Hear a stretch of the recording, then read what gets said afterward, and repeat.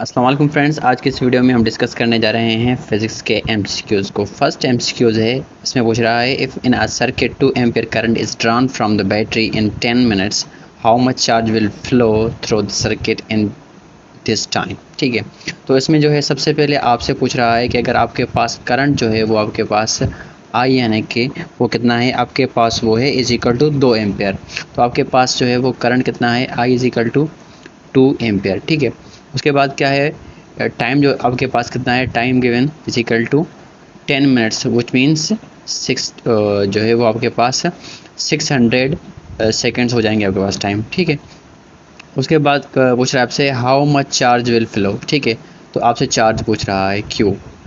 ठीक है, तो आपको पता होगा कि आपके पास जो फार्मूला क्या है चार्ज को कैलकुलेट करने का, या करंट का फार्मूला क्या है, I is equal to Q upon T. क्या है आपके पास, I is equal to Q upon T. तो आप इसमें से चार्ज का फार्मूला निकाल सकते हैं, Q is equal to I into T.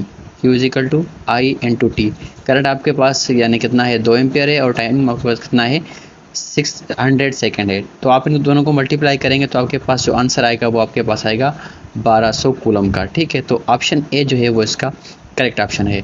उसके बाद सेकंड क्वेश्चन इसमें पूछ रहा है if a car collides with the house fly what will be the magnitude of the force experienced by the house fly.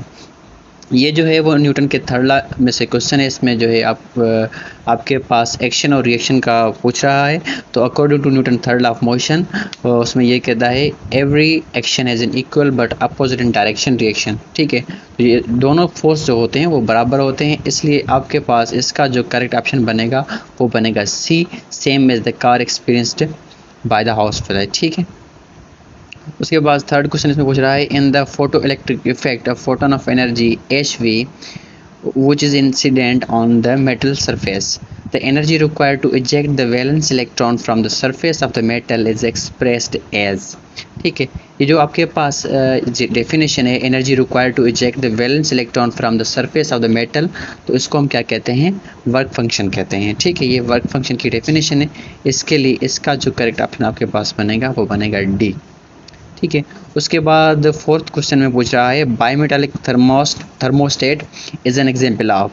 Biometal thermostat जो है वो आपके पास थर्मल एक्सपेंशन का एक क्या है, एक एग्जांपल है। ठीक है, बायोमेटालिक थर्मोस्टेट जो है आपके पास एक डिवाइस है जो कि टेम्परेचर, डिफरेंट टेम्परेचर पे इनकी जो है वो एक्सपेंशन और कंट्रैक्शन होती है, इसलिए जो इसका करेक्ट ऑप्शन बनेगा आपके पास बी, थर्मल एक्सपेंशन। उसके बाद हमारे पास 45th क्वेश्चन इसमें पूछ रहा है let B be the magnetic field. B आपके पास क्या है, ये आप कह रहा है कि सपोज करें बी आपके पास क्या है, मैग्नेटिक फील्ड है।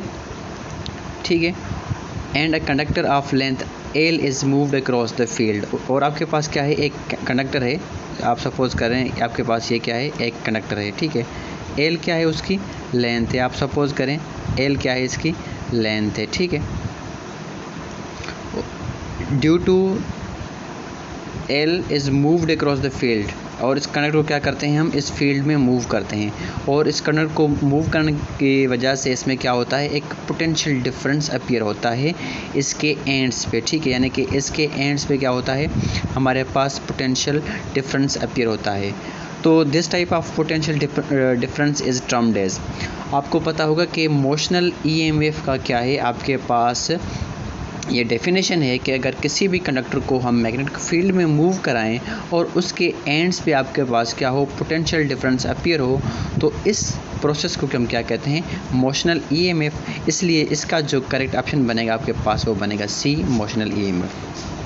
ठीक है फ्रेंड्स, आज की इस वीडियो में हमने जो है ये 5 इंपॉर्टेंट क्वेश्चन डिस्कस किए हैं। अगर आपको ये हमारी वीडियो पसंद आए तो लाजमी लाइक करें, और साथ ही साथ अपने दोस्तों तक भी इसको शेयर करें, और हमारे इस चैनल को लाजमी सब्सक्राइब करें ताकि नेक्स्ट वीडियोज़ आप तक सबसे पहले पहुँच सके। ओके फ्रेंड्स, टेक केयर, अल्लाह हाफिज़।